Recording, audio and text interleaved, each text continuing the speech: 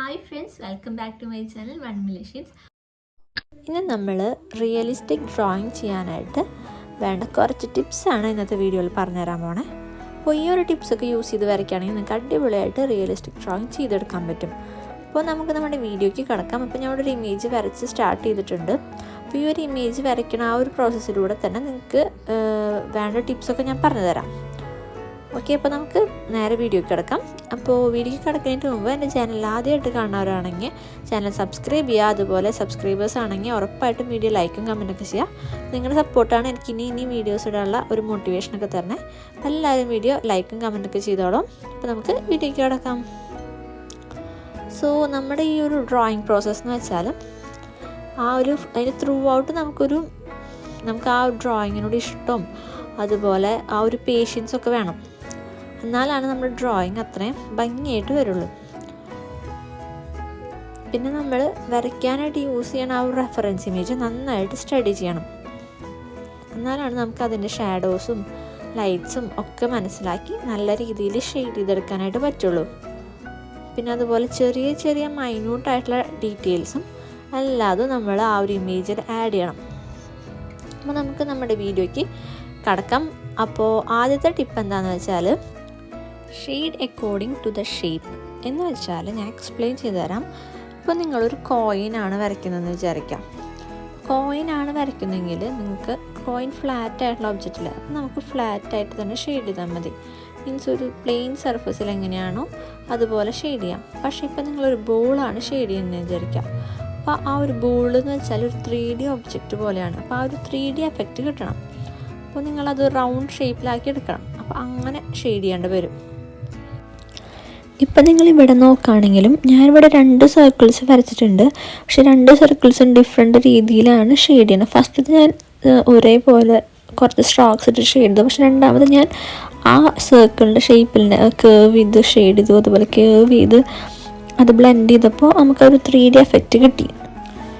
അതുപോലെ തന്നെയാണ് നമ്മൾ ഈ ഒരു ഇമേജിലും ഷെയ്ഡ് ചെയ്യാനായിട്ട് പോകുന്നത്. അപ്പോൾ നമ്മുടെ കഴുത്തിൻ്റെ പോർഷനാണ് നമ്മൾ ഷെയ്ഡ് ചെയ്യാനായിട്ട് പോകുന്നത്. അപ്പോൾ ആ ഒരു ഏത് ആംഗിളിലേക്കാണോ അത് ചെരിഞ്ഞ് നിൽക്കണം ആ ഒരു ഡയറക്ഷനിലേക്ക് ഷെയ്ഡ് ചെയ്യാം. ഇപ്പോൾ താടിയുടെ ഭാഗത്ത് അവിടെ ഇങ്ങനെ ഒരു കുഴിയാണ്. പിന്നെ അത് കഴിഞ്ഞ് മുകളിലേക്ക് ഇങ്ങനെ കയറ്റുണ്ട്. അപ്പോൾ അതെങ്ങനെയാണ് നമ്മൾ ഇമാജിൻ ചെയ്യുക. അത് 3D ഷേപ്പിൽ എങ്ങനെയായിരിക്കും ഉണ്ടാവുക. എന്നിട്ട് അതിനനുസരിച്ച് വേണം ഷെയ്ഡ് ചെയ്യാൻ. ഇപ്പോൾ ഫ്ലാറ്റായിട്ടുള്ള ഏരിയ ആണെങ്കിൽ ഫ്ലാറ്റായിട്ട് ഷെയ്ഡ് ചെയ്യുക. അപ്പോൾ ഇങ്ങനെ കേർവ് ചെയ്ത് നിൽക്കണം, അങ്ങനെ കേർവ് ചെയ്ത് ഷെയ്ഡ് ചെയ്യുക. അങ്ങനെ ഏതാണോ നമ്മൾ ഷെയ്ഡ് ചെയ്യണ ഒബ്ജക്റ്റിൻ്റെ ഷേപ്പ് അതിനനുസരിച്ച് ഷെയ്ഡ് ചെയ്യുക. എന്നിട്ട് അതിനനുസരിച്ച് ബ്ലെൻഡ് ചെയ്യുക. അപ്പോൾ നമുക്ക് കുറച്ചും കൂടി ഒരു റിയലിസ്റ്റിക് ആയിട്ട് അതുപോലെ 3D ആയിട്ട് കിട്ടും.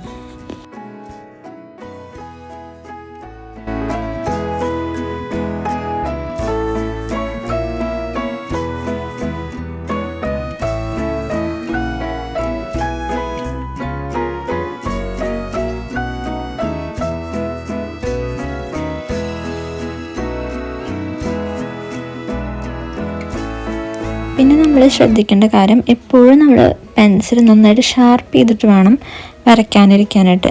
നല്ല ഷാർപ്പായിട്ടുള്ളതാകുമ്പോൾ നന്നായിട്ട് നമുക്ക് ബ്ലെൻഡ് ചെയ്യാനും ചെറിയ ചെറിയ പോർഷൻസ് എടുക്കാൻ നല്ല പ്രിസൈസ് ആയിട്ട് ചെയ്യാനും പറ്റും. അപ്പോൾ എപ്പോഴും പെൻസിൽ നന്നായിട്ട് ഷാർപ്പൻ ചെയ്തിട്ട് വേണം നമ്മൾ വരയ്ക്കാനായിട്ട് ഇരിക്കാൻ. ഇനി നമുക്ക് ശ്രദ്ധിക്കേണ്ട കാര്യമാണ് ലെങ്ത് ഓഫ് ദ സ്ട്രോക്സ്. ഇപ്പോൾ നമ്മൾ ഷെയ്ഡ് ചെയ്യണ സ്ട്രോക്സിൽ ചെറിയ ചെറിയ സ്ട്രോക്സ് വെച്ചിട്ടാണ് നമ്മൾ ഷെയ്ഡ് ചെയ്യണത്. ചെറിയ ചെറിയ വരകൾ ഇങ്ങനെ വരച്ചല്ലേ നമ്മൾ ഷെയ്ഡ് ചെയ്യാറ്. അപ്പോൾ അത് നമുക്ക് വേണമെങ്കിൽ ലെങ്ത്തിൽ വരയ്ക്കാം. പക്ഷേ നമ്മളെപ്പോഴും ചെറിയ ചെറിയ ലൈൻസ് ഇട്ട് ഷെയ്ഡ് ചെയ്താലാണ് അതിനൊരു എഫക്റ്റ് ഉണ്ടാവുള്ളൂ. അല്ലെങ്കിൽ കുറച്ചും കൂടി നന്നാവുള്ളൂ നമ്മുടെ ഇമേജ്. നിങ്ങൾക്ക് വേണമെന്നുണ്ടെങ്കിൽ ഒരു വലിയ സർഫസ് ഉണ്ടെന്ന് വിചാരിക്കുക. അത് മൊത്തം നമുക്ക് ഷെയ്ഡ് ചെയ്യണം. നമ്മൾ വലിയതായിട്ട് ഇങ്ങനെ ലൈനിട്ട് ഷെയ്ഡ് ചെയ്യാൻ വേണമെന്നുണ്ടെങ്കിൽ പക്ഷേ നമ്മളെപ്പോഴും എന്ത് ചെയ്യണം, ചെറിയ ചെറിയ സ്ട്രോക്സ് വെച്ചിട്ട് ചെറിയ ചെറിയ ഏരിയാസ് ഇങ്ങനെ ഷെയ്ഡ് ചെയ്ത് പോകണം. അപ്പോൾ നമുക്ക് കുറച്ചും കൂടി നല്ല രീതിയിൽ ഷെയ്ഡ് ചെയ്തെടുക്കാനായിട്ട് പറ്റും. അപ്പോൾ ഞങ്ങളുടെ ചെറിയ ചെറിയ സ്ട്രോക്സാണ് ഇടുന്നത്. ചെറിയ ചെറിയ പെൻസിൽ സ്ട്രോക്സ് ഇട്ട് വരച്ച് പിന്നെ അത് ബ്ലെൻഡ് ചെയ്ത് അങ്ങനെയാണ് പോണത്. വേണമെന്ന് എനിക്ക് മൊത്തമായിട്ട് അങ്ങോട്ട് ഒന്ന് ഷെയ്ഡ് ചെയ്തെടുക്കാം. പക്ഷെ ഞാൻ എങ്ങനെ ചെയ്യണം, ചെറിയ ചെറിയ ലൈൻസ് വെച്ചിട്ടാണ് ഷെയ്ഡ് ചെയ്തെടുക്കുന്നത്. അതുപോലെ നിങ്ങൾ ചെറിയ ചെറിയ ലൈൻസ് ഇട്ട് ഷെയ്ഡ് ചെയ്യുക. ചെറിയ ചെറിയ ഏരിയാസ് ഇങ്ങനെ ഷെയ്ഡ് ചെയ്ത് പോവുക. അപ്പോൾ നിങ്ങൾക്ക് കുറച്ചും കൂടി നന്നായിട്ട് ഷെയ്ഡ് ചെയ്തെടുക്കാനായിട്ട് പറ്റും.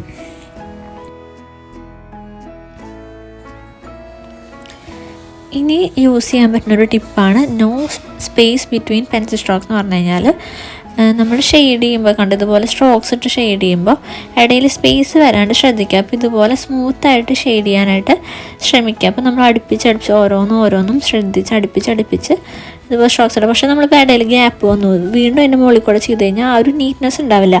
അപ്പോൾ എപ്പോഴും ഇതുപോലെ അടുപ്പിച്ച് പെൻസിൽ സ്ട്രോക്സ് ഇട്ട് ചെയ്യാനായിട്ട് ശ്രമിക്കാം. നമ്മൾ ഇവിടെ അതുപോലെ നമ്മളിപ്പോൾ പഠിച്ചു വെച്ച 2-3 ടിപ്സൊക്കെ ഓർമ്മയിൽ വയ്ക്കുക. ഏത് ഡയറക്ഷനിലേക്ക് ഷെയ്ഡ് ചെയ്യുക. അപ്പോൾ ഫേസിൻ്റെ ആ ചിന്നിൻ്റെ ഡയറക്ഷൻ ഇങ്ങനെയാണല്ലോ, അപ്പോൾ ആ ഡയറക്ഷനിലേക്ക് ഷെയ്ഡ് ചെയ്യുക. അതുപോലെ സ്ട്രോക്സിൻ്റെ ഇടയിൽ സ്പേസ് ഇല്ലാണ്ട് ശ്രദ്ധിക്കുക. അതൊക്കെ ഒന്ന് ലെങ്ത് ഓഫ് ദി സ്ട്രോക്സ്, അപ്പോൾ അധികം ലെങ്ത് ഇല്ലാത്ത ചെറിയ സ്ട്രോക്സ് ഇട്ട് പെൻസിൽ സ്ട്രോക്സ് ഇട്ട് ഷെയ്ഡ് ചെയ്യുക. ഇതൊക്കെ ഒന്ന് ശ്രദ്ധിച്ചിട്ട് നമുക്ക് ഈ ഒരു ഇമേജിൻ്റെ ഈ പോർഷനൊക്കെ ഷെയ്ഡ് ചെയ്തെടുക്കാം. ഇനി ഇമ്പോർട്ടൻ്റ് ആയിട്ട് നിങ്ങൾ പഠിച്ചിരിക്കേണ്ട ഒരു കാര്യമാണ് പ്രഷർ കൺട്രോൾ. ഇപ്പോൾ ഞാൻ ഈ ഒരു പെൻസിൽ പിടിച്ചേക്കുന്നത് അതിൻ്റെ ബാക്ക് സൈഡിലാണ്. അപ്പോൾ പ്രഷർ കുറവായിട്ട് ചെയ്യാനാണ് ഇങ്ങനെ പിടിക്കണത്. അപ്പോൾ നമുക്ക് ലൈറ്റായിട്ടുള്ള ഷെയ്ഡ്സ് ആണ് വേണ്ടതെന്ന് വെച്ചാൽ ഈ ഒരു പൊസിഷനിൽ വേണം നിങ്ങൾ പെൻസിൽ പിടിക്കാൻ. മോസ്റ്റ് ഓഫ് ദി ടൈം നിങ്ങളെപ്പോഴും പെൻസിൽ ഇതുപോലെ പിടിച്ചിട്ട് വേണം ഷെയ്ഡ് ചെയ്യാനായിട്ട്. നമ്മളിപ്പോഴും അമർത്തി പിടിച്ച് ആ പെൻസിലിൻ്റെ തുമ്പത്ത് പിടിച്ചിട്ട് അമർത്തി പിടിച്ച് ഒരിക്കലും ഷെയ്ഡ് ചെയ്യരുത്. എപ്പോഴും പെൻസിലിൻ്റെ ബാക്ക് സൈഡിൽ ഇതുപോലെ പിടിച്ചിട്ട് നമ്മൾ ലൈറ്റായിട്ട് വേണം എപ്പോഴും ഷെയ്ഡ് ചെയ്യാനായിട്ട്. ഇപ്പോൾ നമുക്ക് ഡാർക്കർ ഏരിയാസ് വേണമെന്നുണ്ടെങ്കിൽ കടുപ്പിച്ച് ഷെയ്ഡ് ചെയ്യല, മീൻസ് അമർത്തി ഷെയ്ഡ് ചെയ്യല വേണ്ടേ. എന്ത് ചെയ്യണം, നമ്മൾ ഡാർക്കറായിട്ടുള്ള പെൻസിൽ എടുക്കുക, എന്നിട്ട് അത് വെച്ച് ഷെയ്ഡ് ചെയ്യുക. അല്ലാതെ നമ്മൾ അമർത്തി ഷെയ്ഡ് ചെയ്യുക അങ്ങനെയൊന്നും ചെയ്യരുത്. എപ്പോഴും ഇതുപോലെ ലൈറ്റ് പ്രഷർ കൊടുത്താൽ പ്രഷർ കൺട്രോൾ എപ്പോഴും നമുക്ക് കൺസിസ്റ്റൻ്റ് ആയിട്ട് ഇങ്ങനെ സെയിം പ്രഷർ വെച്ച് ഷെയ്ഡ് ചെയ്യാനായിട്ട് നമുക്ക് പറ്റണം. അത് നമുക്ക് പെട്ടെന്ന് പറ്റിയെന്ന് വരില്ല, പക്ഷെ നമ്മൾ ഇത് പ്രാക്ടീസ് ചെയ്ത് കഴിഞ്ഞാൽ നമുക്ക് ഉറപ്പായിട്ടും ആ പ്രഷർ കൺട്രോൾ ചെയ്യാനായിട്ട് പറ്റും. നമുക്കിതുപോലെ ലൈറ്റായിട്ട് പതുക്കെ ഷെയ്ഡ് ചെയ്തെടുക്കാനൊക്കെ പറ്റും. നമുക്ക് നീറ്റായിട്ടും വരും. നമ്മൾ ഒരിക്കലും അമർത്തി ഇങ്ങനെ നന്നായിട്ട് ശക്തി പിടിച്ചൊന്നും ഷെയ്ഡ് ചെയ്യേണ്ട ആവശ്യമില്ല. എപ്പോഴും ഇങ്ങനെ ലൈറ്റായിട്ട് തന്നെ ഷെയ്ഡ് ചെയ്ത് പിന്നെ അതിൻ്റെ മുകളിൽ കൂടെ ലെയർ ചെയ്തിട്ടാണ് ഡാർക്ക് ഷെയ്ഡ്സ് കൊണ്ടുവരേണ്ടത്. ഓക്കെ, ഇപ്പോൾ ഇത്തിരി കൂടി പ്രഷർ വേണം. ഇപ്പോൾ ഞാനിപ്പോൾ ഈ ഒരു ചെറിയ പെൻസിലാണ് വിചാരിക്കുക.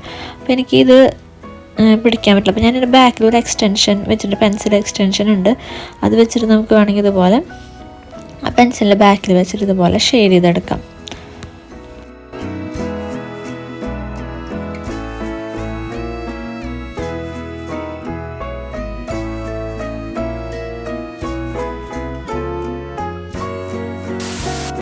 വീഡിയോ ഇഷ്ടപ്പെട്ടെന്ന് വിചാരിക്കുന്നു. വീഡിയോ ഇഷ്ടപ്പെട്ടെങ്കിൽ ലൈക്കും കമൻറ്റൊക്കെ ചെയ്യാം. അടുത്ത വീഡിയോയിൽ കാണാം. ബൈ.